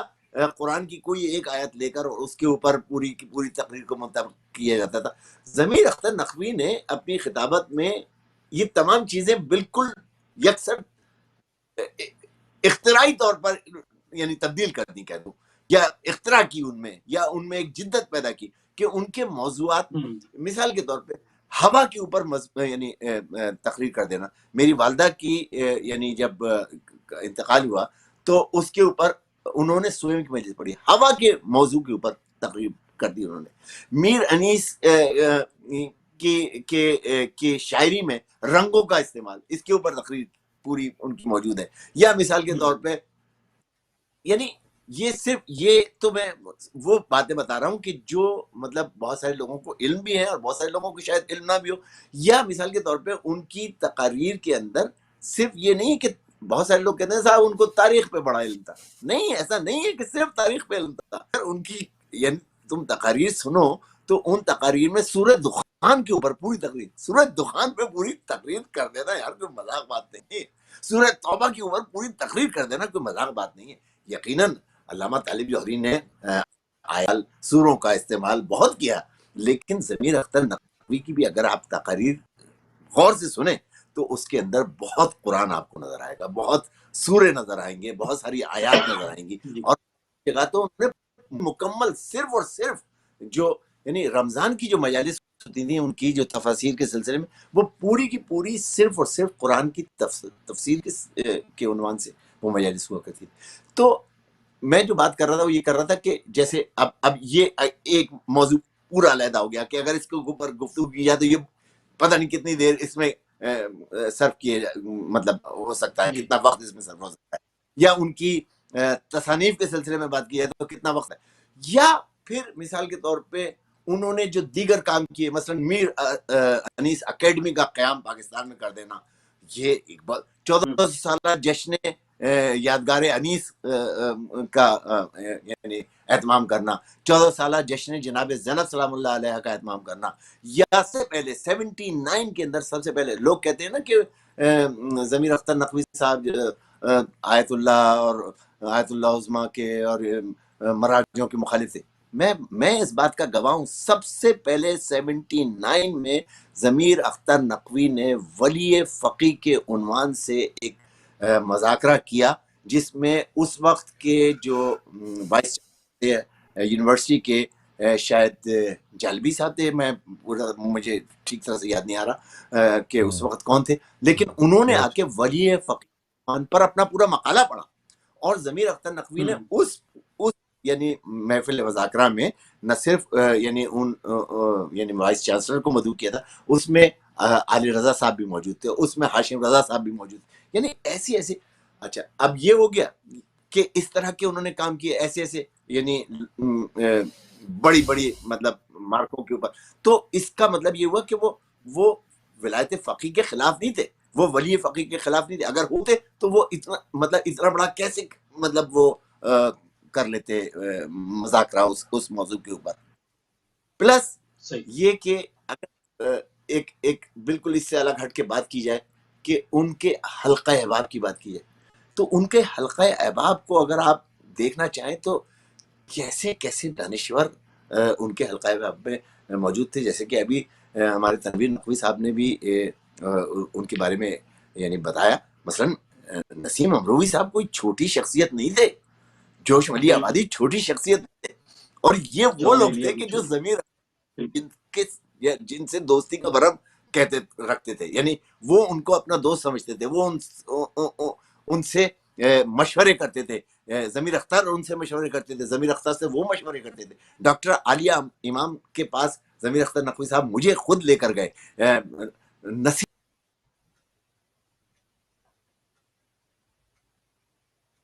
جی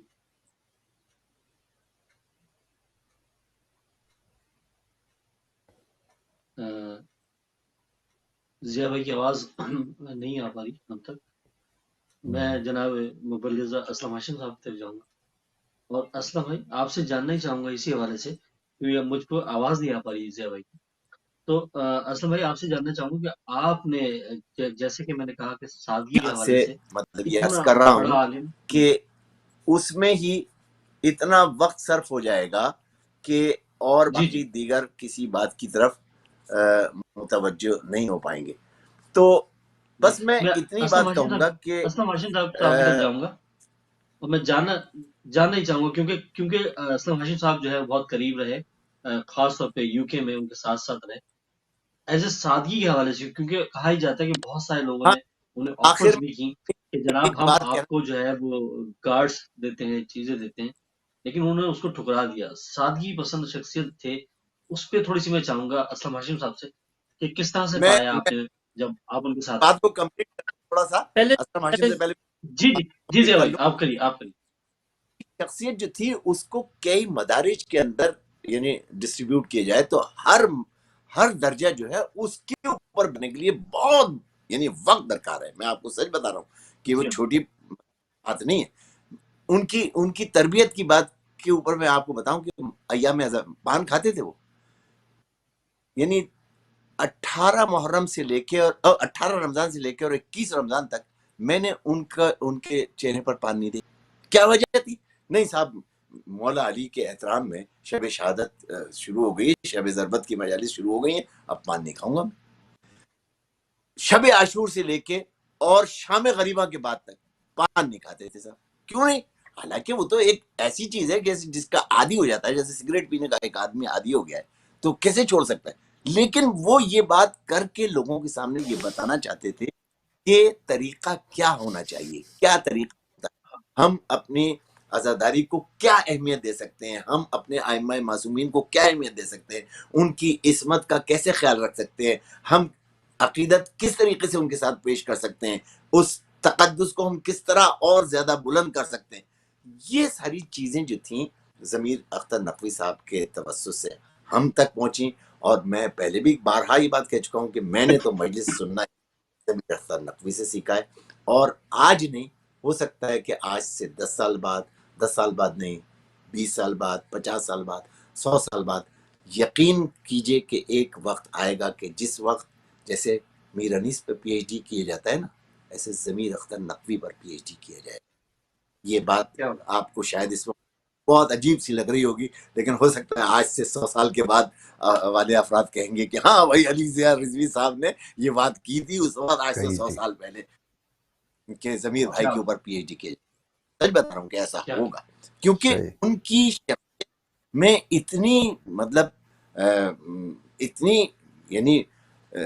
اتنا علم، اتنا ادب، اتنی سحر کن شخصیت ہے کہ اس سے باہر نکلنے کے لیے بہت بہت یعنی مشکل ہے. پلس یہ کہ کیونکہ جب ایسی شخصیت ہوتی ہے تو پھر اس کو پہچاننے کے لیے، اس کو جاننے کے لیے لوگ اس کو ریسرچ کرتے ہیں. جب ریسرچ کرتے ہیں تو وہی ریسرچ ہی تو پی ایچ ڈی کہلاتی ہے. وہی مقالے جو ان کے اوپر لکھے جائیں گے، وہی کہ ان کی زندگی کے بارے میں، ان کی مطالعے کے بارے میں، ان کی تصانیف کے بارے میں، ان کی تنقید کے بارے میں، یہ ساری چیزیں یہی تو وہ ہوں گی. اس میں ایک بات جو آخر کلام میں کہنا چاہوں گا، اس کے بعد اسلم ہاشم صاحب سے کہوں گا کہ وہ گفتگو کریں، وہ یہ کہ مجھے اس بات کا بہرحال دکھ بھی ہے بہت، تھوڑا نہیں بلکہ بہت، کہ ان کے انتقال پر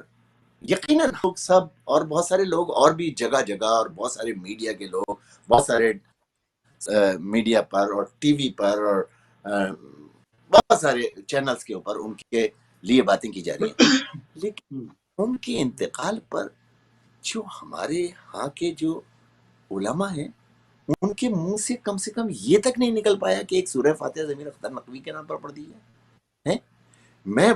مجھے بڑا دکھ ہے، اس بات کا قلق ہے کہ کیا ضمیر اختر واقعاً کافر شیعہ کافر تھا؟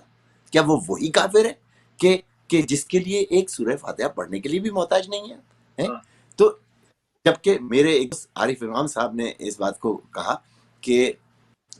پتہ نہیں یہ بات کتنی تلخ ہو جائے گی، لیکن بہرحال انہوں نے کہا کہی ہے یہ بات، ان کی فیس بک پر بہترین شاعر ہیں، انہوں نے کہا کہ جس طریقے سے مردار کے گوشت کے کھانے والے کو گدھ جو ہے وہ کہتے ہیں کہ گدھ جو ہے وہ مردار کا گوشت کھاتے ہیں، لیکن ہمارے ہاں بھی کچھ ایسے گدھ موجود ہیں جو انسانوں کے گوشت کھا رہے ہیں، گویا انسانوں کی برائیاں کر رہے ہیں۔ ان کے انتقال کے بعد بھی کچھ لوگوں نے یعنی معذاللہ ایسی باتیں کی کہ ضمیر اختر نقوی کی شان میں تو کوئی فرق نہیں پڑا، ان کی اپنی منزلت، ان کی اپنی قدر میری نظر میں بہت گر گئی، لیکن میں قابل تحسین سمجھتا ہوں خاص طور سے علامہ عرفان حیدر عابدی صاحب کی صاحبزادی تمکین زہرا عابدی۔ میں نے پہلی مرتبہ سب سے پہلے جن کا بیان سنا تھا وہ تمکین زہرا عابدی تھی کہ انہوں نے بڑے ببانگ دہل انداز میں خراج عقیدت پیش کیا ضمیر اختر نقوی کو، نے والد کا قصہ بھی سنایا کہ کس والہانہ انداز میں ان کے والد محترم، کیونکہ میں ان کے والد کا بھی بہت بڑا مداح تھا، ہوں اور رہوں گا، کیونکہ وہ بھی ذکر محمد والے محمد، ذکر علی، ولایت علی کا پرچار کرتے تھے۔ اسی طریقے سے میرے ضمیر بھائی بھی ذکر علی، ولایت علی کا پرچار کرنے والے، اس کا اظہار کرنے والے، اس کے خلاف حملوں کا دفاع کرنے والے، تو میں اس لیے ان سے بہت محبت کرتا ہوں، اور مجھے امید ہے کہ آئندہ کی نسل یقین، اور انہوں نے ایک نسل آلریڈی تیار کر دی ہے۔ آج کا جوان جو ہے جو ان کے گرد جمع تھا، اس میں بہت بڑی تعداد ان لوگوں کی ہے جو ولایت علی کو جانے ہیں ضمیر اختر کی معرفت سے۔ سوری اسلام، میں نے تمہارا نہیں کافی وقت لے لیا۔ بالکل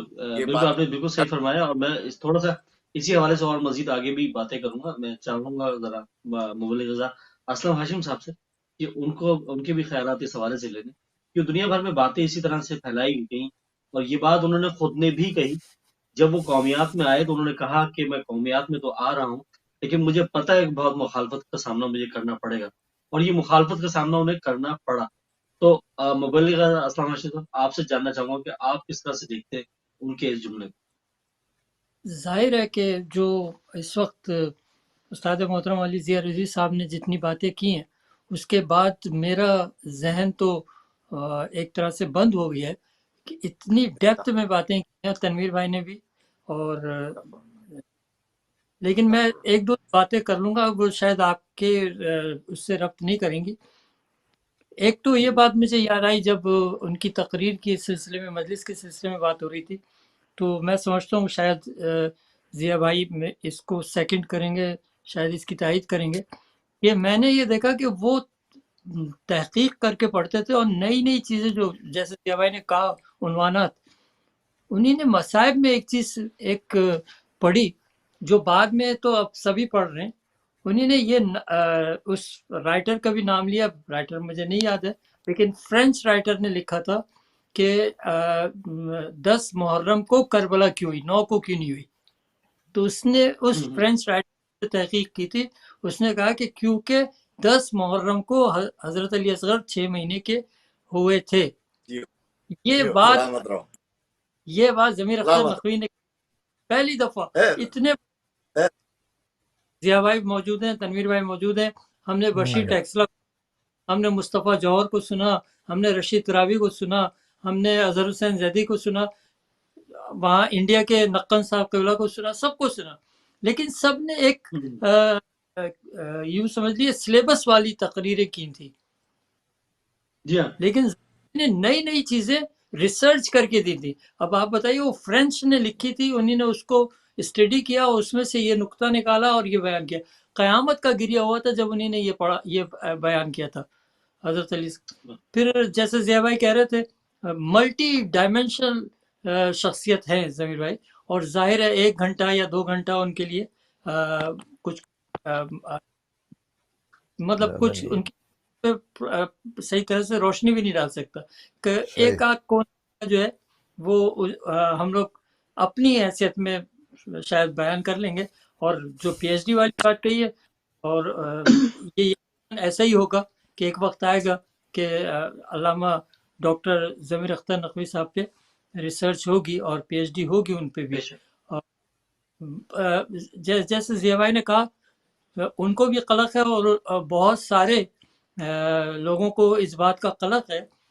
کہ ہمارے عقیدے میں تو یہ ہے کہ جب انسان مرتا ہے تو آپ نے صرف ایک ہی گواہی دینی ہے کہ یہ اس سے ہم نے صرف اچھائی دیکھی، خیر دیکھا، یہ گواہی دینی ہوتی ہے. تو یہ کیسے مطلب ہو رہا ہے کہ لوگ ایک ایسے انسان کے بارے میں جس نے مکمل دفاع کیا ائمہ معصومین علیہ السلام کا، اور جس نے اس قدر محمد و آل محمد کے فضائل اور ذکر کیے، اس کے لیے یہ ان للہ انا الیہ راجعون کی ایک لائن نہیں لکھی، ایک لائن نہیں پڑھی. بہرحال ان کا اپنا فعل ہے، وہ جانے اور محمد و آل محمد جانے. کر رہے تھے کہ وہ گارڈ لے کے نہیں، ظاہر ہے یہاں پہ تو ان کو ضرورت بھی نہیں تھی گارڈ وغیرہ کی. یہاں پہ بھی کافی واحد قسم کے لوگ بھی موجود تھے، لیکن ظاہر ہم لوگ ان کے ساتھ ہوا کرتے تھے اور دوسرے لوگ ہوا کرتے تھے، تو ان کو کبھی ضرورت نہیں پڑی. اور علامہ صاحب جو ہیں، میں خوش نصیب ہوں کہ 2019 میں بھی میری ملاقات ہوئی تھی ان سے، اور ان کے میں گھر گیا تھا فلیٹ پہ، اور ان کی 10 سے زیادہ کتابیں میرے پاس موجود ہیں. 10 سے زیادہ جو ان کی کتابیں جناب قاسم ہیں اور جناب ام البنین وغیرہ. تو اس کو پڑھ کے ہی اندازہ ہو جاتا ہے، ایک کتاب پڑھ کے انسان کی شخصیت پتہ چل جاتی ہے، نہ کہ 10 کتابیں جو میرے پاس ہیں. 350 کتابیں آپ کہتے ہیں، وہ اتنا مطالعہ تو میرا نہیں ہے، لیکن جو کتابیں انہوں نے مجھے دی تھی تو ان میں جو چیزیں ہیں اس سے پتہ چل جاتا ہے ایک کتاب سے کہ کتنا بڑا آدمی تھا. وہ محقق بھی تھے، وہ مصنف بھی تھے، اور میں یہ ضرور کہوں کہ وہ شاعر بھی تھے. انہوں نے شاعری کی نہیں، نوحے لکھے نہیں، منقبتیں لکھی نہیں، یہ ایک الگ بات ہے، لیکن یہ ضرور ہے کہ ان کو سینس تھا شاعری کا. وہ مصرے میں غلطی پکڑ سکتے تھے کہ اس کی لہر صحیح نہیں ہے، قافیہ نہیں ہے، وزن میں نہیں ہے، یہ سب چیزیں ان میں شعور تھا. اسی لیے انہوں نے بلکہ مجھے بھی میری بچیوں کے لیے بھی ایک ناول لکھ کے دیا تھا ضمیر بھائی نے. اور یہ تو شاعرانہ حس تو موجود تھی ان میں، وہ کوالٹی تو تھی. باقی یہ کہ جتنا وقت ان کے ساتھ گزرا وہ میں سمجھتا ہوں کہ ضائع نہیں ہوا، اور اس سے دنیا اور آخرت دونوں میں فائدہ ہوگا. ضمیر اختر نقوی صاحب موجود ہیں، اور میں صرف اس حوالے سے بات کرنا چاہوں گا کیونکہ ابھی علی ضیاء رضوی صاحب نے بھی اس حوالے سے بات کی. تقلید کے حوالے سے جو ظاہر ہے ایک پروپیگنڈا پوری دنیا میں ان کے خلاف کیا گیا، کیونکہ کہا ہی جاتا ہے کہ جناب یہ پروپیگنڈا باقاعدہ اس کو لانچ کیا گیا، بتایا گیا کہ وہ تقلید کے خلاف تھے، مجتہدین کے خلاف تھے، جبکہ علی ضیاء رضوی صاحب نے بھی اس حوالے سے پہلی کانفرنس کا حوالہ دے دیا. تو میں ذرا تنویر نقوی صاحب آپ سے جاننا چاہوں گا کہ اس میں کیا صداقت ہے، اور اس کے بارے میں تھوڑی سی آگاہی دے دیں جو مومنین اس وقت پوری دنیا میں ہمیں دیکھ رہے ہیں، ان تک یہ پیغام پہنچ جائے کہ جناب ڈاکٹر ضمیر اختر نقوی صاحب جو تھے وہ تقلید کے خلاف تھے یا نہیں تھے. ہاں، میں آپ کے سوال کے جواب میں دو چیزیں ذرا سا مینشن کرنا چاہتا ہوں. میری اپنی ایک ترتیب میں نے دیا ہے کہ جو کام انہوں نے قوم کی خدمت کرنے کے سلسلے میں یہ لائبریری کو جمع کرنے کا کیا، تو اس کے بعد یہ لائبریری بننا ہو جائے، اس لائبریری سے قوم کیسے فائدہ اٹھائے، اور اس لائبریری اور ان کی جو محنت کی والی تقریریں کتابی شکل میں چھپ گئی ہیں، وہ 55 اشرے پرنٹ ہو چکے ہیں. ابھی سب بازار میں نہیں آئے ہیں، ویئر ہاؤس میں ہیں، آ جائیں گے، لیکن 100 اشرے کمپیوٹر میں موجود ہیں جو چھپیں گے. تو 155 اشرے یعنی 10 مجلسوں کے کمپلیٹ بک 155 یہ وہ چھوڑ کے گئے، یہ کتابی شکل میں آئیں گی. تو اتنے بہت سے، صحیح کہا انہوں نے، اسلم ہاشم صاحب نے، کہ بھئی 10 یا 20 15 20 25 کتابیں آدمی پڑھ سکتا ہے. تو اس کے لیے میں نے ایک ٹیم ورک تیار کیا ہے کہ انہوں نے ایسی چیزوں کا تذکرہ تقریر میں بیچ بیچ میں کیا ہے جو سوالات کے جوابات ہیں، اعتراضات کے جوابات ہیں، تقلید کیا ہے، اجتہاد کیسے ہوتا ہے. تو اس کو میں ایسے ترتیب دلوا رہا ہوں کمپیوٹر میں کہ وہ سبجیکٹ وائز ایک بکلیٹ ہوگی اور اس میں سوالات اور اس میں وہ آئٹمس ہوں گے کہ آپ کو اجتہاد پہ فلاں فلاں تقریر میں آپ کو، یا اگر آپ وہ ان کا آڈیو یا ویڈیو دیکھ رہے ہیں اور یوٹیوب سے یا کہیں سے بھی حاصل ہو گیا آپ کو، تو اس تقریر کے حصے میں آپ کو یہ مل جائے گا، درمیان میں یا شروع میں یا آخر میں، 3 حصے تقریر کے. تو یہ آسانی سے لوگ ڈھونڈ لیں گے. جب یہ کتابچہ تیار ہو جائے گا تو اس کا سوال کا منہ بند کرنے والا جواب لوگوں کو مہیا ہو جائے گا کہ انہوں نے کم از کم 3 تقریریں ایسی کی ہیں، اور وہ 3 خاص خاص موقع میں بتا دوں آپ کو کون کون سے. جب میں لکھنؤ سے 1970 میں روانہ ہو رہا تھا کراچی آنے کے لیے اور تیاری کر رہا تھا، اسی زمانے میں 2-3 دن کا، میرے روانگی سے 3-4 دن پہلے یا شاید 1 ہفتے پہلے کی بات ہے کہ آغا محسن الحکیم صاحب کا انتقال ہوا. ذکر یہاں صرف اتنا کرنا چاہ رہا ہوں کہ جب میں لکھنؤ میں تھا تو ان کا انتقال ہوا، اور جب میں کراچی پہنچا تو یہاں آ کے 40ویں کی مجلس ان کی ہوئی. ضمیر اختر نقوی صاحب نے آغا حکیم کے 40ویں کی مجلس اجتہاد پہ پڑھی تھی، مراجع، ان کی تاریخ اور اجتہاد کیسے ہوتا ہے. تو وہ لوگ پہلے وہ تقریر نکال کے سن لیں، ان کو شاید یہ نہیں معلوم ہوگا کہ اجتہاد کا طریقہ کار کیا ہے، تقریر سے بہت سی چیزیں معلوم ہو جائیں گی. اچھا، اس کے بعد پھر آغا خوئی وہ ہو گئے، مرجع قرار پائے ہمارے. جب وہ زیارت پہ گئے، آغا خوئی سے مل کے آئے، اور اس کے بعد والی تقریر ایک موجود ہے ہمارے پاس، اس میں انہوں نے ذکر کیا کہ اب میں نے آغا خوئی کے سے تقلید کی نیت کی ہے. پھر آغا خوئی کا انتقال ہوا اور آغا اپنے سیستانی صاحب مرجع قرار پائے. اس کے بعد وہ گئے کبرالہ معلّہ، سیستانی صاحب سے ان کی ملاقات ہوئی، انہوں نے آ کے تقریر کی، پوری مکمل تقریر ہے، اور اس میں یہ اعلان تقریر میں ذیل میں آ گیا ہے کہ میں ان کی تقلید کی نیت میں اب ہوں خوئی صاحب کے بعد. اچھا، یہ 3 الگ الگ بالکل بہت دور دور مجالس ہیں. تو اس کے لیے تو وہ تقریر آدمی سن لے تو اس کا اعتراض ختم ہو جائے گا، لیکن اگر اس کو سننے کے بعد بھی وہ اعتراض کرتا رہے تو اس کے لیے ایک ہمارے میتھمیٹکس سے ٹیچر اسکول میں ایک واقعہ سناتے تھے کہ ایک صاحب بڑے میاں سے نے اپنے بیٹے سے پوچھا کیا پڑھ رہے ہو، تو اس نے کہا میں حساب پڑھ رہا ہوں. کہنے حساب میں کیا پڑھ رہے ہو؟ تو اس نے بتایا کہ میں یہ پڑھ رہا ہوں. تو بڑے میاں نے پوچھا کہ 9 چوکو کتنے ہوتے ہیں؟ تو اس نے کہا 36. کہنے لگا نہیں بیٹا 36 نہیں 38 ہوتے ہیں. تو وہ ان کو قائل کرتا رہا. اس کے دوست آ گئے، انہوں نے کہا بھائی تم کیا بحث اپنے بیٹے سے کر رہے ہو، 36 ہی ہوتے ہیں. تو کہنے لگے وہ تو مجھے بھی معلوم ہے، 36 جب ہوں گے جب میں مانوں گا، جب میں مانوں گا ہی نہیں 36 ہوتے ہیں. تو مقصد یہ کہ اگر انسان اس لیے اعتراض کر رہا ہے کہ اس کو صرف اعتراض کرنا ہے، چاہے وہ جواب اس کا مہیا ہو جائے تب بھی وہ کرتا رہے گا. تو ایسے میں کیا کہوں بہرحال کہ جاہلانہ سوالات یا اعتراضات کے لیے میں سمجھتا ہوں کہ جواب نہ دینا اور خاموشی ایک بہتر عمل ہوگا. یہ ایک مطلب آن گوئنگ پروسیس ہے، جس کو اعتراض کرنا ہے وہ کسی نہ کسی قسم کا اعتراض کرتا رہے گا. لیکن اگر واقعاً علمی اعتراض کرنا ہے تو وہ جو میں کتابچہ ترتیب دینے کا پلان کر رہا ہوں وہ ایک بہت محنت والا کام ہوگا. اس میں سوالات کے جوابات اور اس کے حوالے میں نے جیسے کہا یا تو ویڈیو میں موجود ہوگا یا اس کے صفحے نمبر کتاب کے اوپر ہوگا. اچھا، علی زیار رضوی صاحب یہ بڑی اچھی بات کہہ رہے تھے کہ بعض لوگ کہتے تھے کہ وہ صرف تاریخی واقعات یا تاریخ سے مجالس پڑھا کرتے تھے. تو اس میں ایک چیز ذرا سا تھیوریٹیکل ہے جو ویسے ٹیچر میں اس پہ روشنی ڈالنا چاہتا ہوں. دیکھیے، تاریخ ایک بہت اہم سبجیکٹ ہے، کوئی سی بھی تاریخ ہو، چاہے وہ اسلامی تاریخ ہو، چاہے وہ مڈل ایسٹ کی تاریخ ہو مثلاً، یا ویسٹرن اس کی کنٹریز کی تاریخ ہو، امریکن ہسٹری ہو، کوئی سی بھی ہسٹری. تو انسان کو ہسٹری بہرحال پڑھنی پڑتی ہے. اور ایک بہت بڑے ہسٹورین کا یہ قول ہے کہ جو شخص اپنی ہسٹری نہیں پڑھتا اس کو دوسرے قوم کی ہسٹری پڑھنا پڑتی ہے. اور وہ ہم نے دیکھ لیا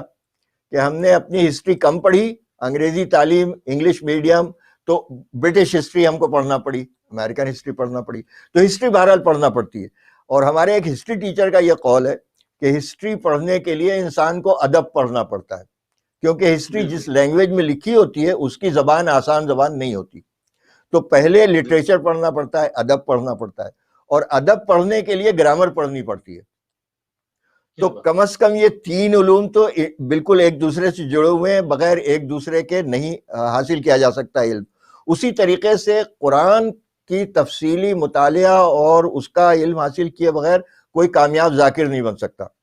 لیکن قرآن کا وہ تفصیلی مطالعہ اور وہ علم حاصل کرنے کے لیے انسان کو علم حدیث پڑھنا پڑتا ہے، کیونکہ قرآن کی تفسیر یا تو رسول نے حدیث کی شکل میں دی ہے، ہمارے ائمہ نے دی ہے، اور ہمارے ہاں صرف معصوم کی ہی حدیث لی جاتی ہے، ہم غیر معصوم کی حدیث سے قرآن کی تفسیر کو نہیں بیان کرتے۔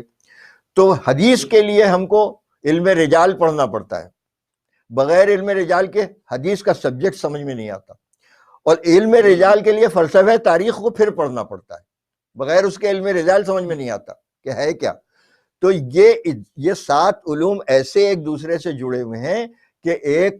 کمپلیٹ ذاکر کو، ایک کامیاب ذاکر کو ان کے اوپر ریسرچ کی حد تک مطالعہ کرنا بہت ضروری ہوتا ہے۔ تو کسی کے اوپر یہ لیبل لگانا کہ وہ صرف تاریخ سے پڑھتا ہے یا صرف تاریخی واقعات پڑھتا ہے، اس کا مطلب وہ مطالعہ کم از کم ان 7 سبجیکٹس کا کر چکا ہے، تب وہ جا کے تاریخی واقعات کو سامنے لا کے پڑھ رہا ہے۔ جس چیز کی طرف انہوں نے اسلم ہاشم صاحب نے اشارہ کیا، ان کی ایک کتاب اور ہے جو ابھی پائپ لائن میں تھی، کمپلیٹ نہیں ہوئی ہے، اور مجھ سے چونکہ اکثر و بیشتر ڈسکس کرتے رہتے تھے، اس کا تعلق میری ٹیچنگ اور میرے سبجیکٹ سے تھا، تو میں فون کے اوپر اور ان سے ہی رابطہ کرتا تھا کہ اس میں یہ چیز جمع کر لی جائے۔ وہ ہے اردو ضرب الامثال اور محاورے۔ یہ ایک یونیک کتاب ہے کہ جو 2 الگ الگ شکلوں میں تو ابھی ملتی ہے، یا تو اردو محاورے کے سے متعلق آپ کو کتاب مل جائے گی یا ضرب الامثال، دونوں کو ایک جگہ ابھی تک جمع کر کے کسی نے ترتیب نہیں دیا۔ اس کی میں مثال دیتا ہوں۔ مثلا اردو میں محاورے زیادہ تر عربی سے آئے ہیں اور تاریخ سے آئے ہیں، تو وہ کہاں سے آئے ہیں، اکثر و بیشتر انہوں نے مصائب میں یا پھر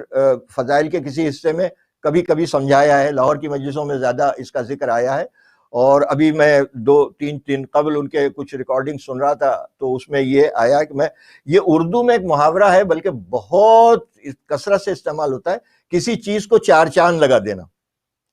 یہ محاورہ کیسے ترتیب پایا ہے، اردو میں کہاں سے آیا ہے، یہ انہوں نے زبردست طریقے سے اس کو ایکسپلین کیا ہے کہ، اور تاریخی اعتبار سے اس کو انہوں نے ایکسپلین کیا ہے کہ پوری روایت یہ ہے کہ عید کے دن شہزادی زینب حضرت عباس کے گھر میں صبح پہنچتی تھی اور اپنے سب بھائیوں کو بلاتی تھیں جو چھوٹے بھائی تھے، اور اس کے بعد اپنی والدہ حضرت ام البنین کو وہاں بلواتی تھیں، اور صحن میں کھڑے ہو کے ماں سے کہتی تھیں، اماں آپ کو عید مبارک ہو،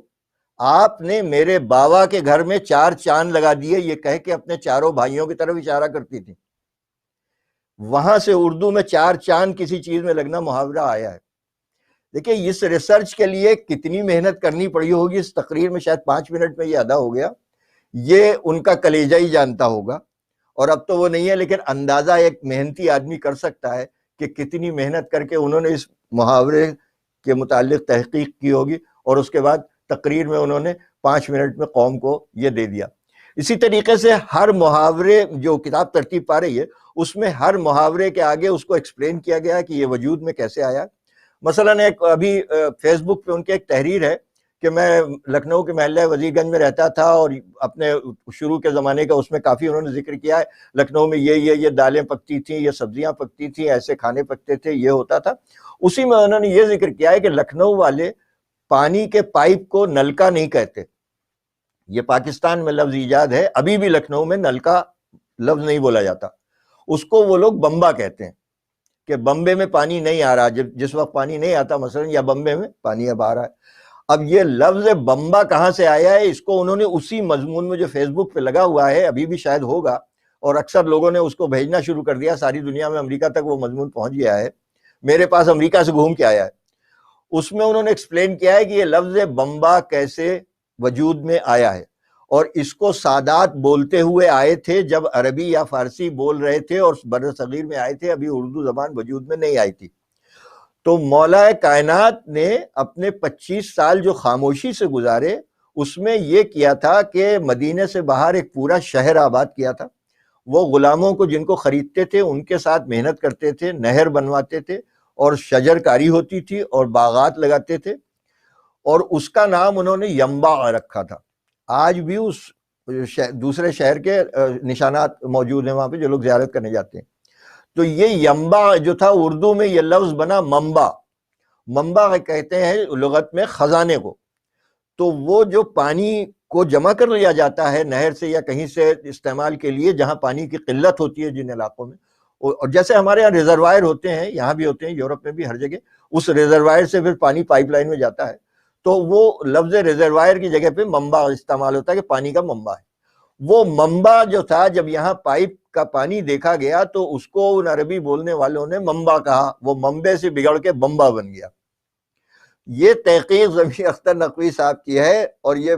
بچپنے سے ہم لفظ سنتے آئے تھے، یہ ہمیں نہیں معلوم کہ کہاں سے انہوں نے اتنی طویل ریسرچ کے بعد اس پوری مجلس پڑھی ہے انہوں نے. مولا کائنات تو شہر آباد کیا تھا اس کے متعلق. تو اسی طریقے سے دوسرے محاورے ہیں، ضرب الامثال ہیں. ایک مثال میں اور دے دوں آپ کو. ضمیر اختر نقوی صاحب کے متعلق اگر کوئی یہ کہتا ہے کہ وہ تقلید نہیں کرتے تھے یا یہ جانتے تھے یا نہیں جانتے تھے، تو اس کی مثال ایسا ہی ہے کہ اگر آج کوئی یہ کہے کہ پاکستان کی سابق وزیر اعظم بینظیر بھٹو کو انگریزی بولنا نہیں آتی تھی، تو اب سوال یہ کہ اس کا جواب دینے کی ضرورت کون محسوس کرے گا کہ جو آکسفورڈ یونیورسٹی میں پڑھی تھی، ہارورڈ سے ڈگری کر کے آئی تھی، ماسٹرز یہاں کیے تھے، اس کی زندگی کا ایک وافر حصہ انگریزی بولنے میں یونیورسٹیز میں گزرا تھا، اس کے متعلق کو یہ کہے کہ اس کو انگریزی زبان بولنا نہیں آتی تھی. اور اسی کے مقابلے میں اگر اس وقت یا کسی اور وقت کے پاکستان کے کسی وزیر اعظم کی مثال دیں اور میں یہ کہوں کہ ان کو اردو کے محاوروں کے معنی نہیں معلوم، اور اس کی مثال میں ایک دینا چاہتا ہوں. ایک وزیر اعظم نے اپنے مخالفین سے متعلق تقریر کرتے ہوئے یہ کہا، یہ منہ اور مسور کی دال. اور دوسرے دن ایشیا کے سو کالڈ سب سے بڑے اردو اخبار کی ہیڈنگ یہی تھی کہ وزیر اعظم وہ یہ منہ اور مسور کی دال، اس کے آگے وزیر اعظم کا نام لکھا ہوا تھا. یہ وہ محاورہ ہے کہ جو غلط بولتے بولتے بولتے غلط اتنا ہو گیا ہے کہ لوگ اسی کو صحیح سمجھتے ہیں. اب محاورہ اصل کیا ہے یہ اساتذہ اور پروفیسر اردو کے بہرحال جانتے ہیں، میں نے کہا موقع اچھا ہے تو میں لوگوں کو یہاں روشنی ڈال دوں. یہ محاورہ اصل میں یہ ہے کہ یہ منہ اور منصور کی دار، وہ منصور بگڑ کے مسور بن گیا، اور دار جو تھی یعنی تختہ دار وہ دال بن گیا، رے سے لام سے بدل گیا. تو جہالت کی بھی ایک اسٹیج ہوتی ہے. یہ بدترین مثال ہے کہ ایک ملک کا وزیر اعظم اپنی ہی قومی زبان کے محاورے سے واقف نہیں ہے. نہ صرف وہ بلکہ اردو کے اخبار کا ایڈیٹر بھی اتنا جاہل ہے کہ اس نے اس کو کریکشن کرنا مناسب نہیں سمجھا یا جانتا ہی نہیں ہے، وہی لکھا جو اس نے کہا تھا، یہ منہ اور مسور کی دال. تو اس طریقے کے اعتراضات اگر ضمیر اختر نقوی صاحب پہ کیے جائیں کہ وہ تقلید نہیں کرتے تھے یا معاذ اللہ یا وہ تقریر کے خلاف انہوں نے کبھی تقریر کی تھی یا مجتہدین کے خلاف، تو میں نہیں سمجھتا کہ وہ اعتراض کرنے والا، دعویٰ کرنے والا کہیں سے دلیل بھی لا سکے گا، یا یہ کہ میں اس قابل نہیں سمجھتا اس اعتراض کرنے والے کو کہ اس کا جواب دیا جائے. وہ اتنا ہی جواب کافی ہے کہ میں نے یہاں ذکر کر دیا.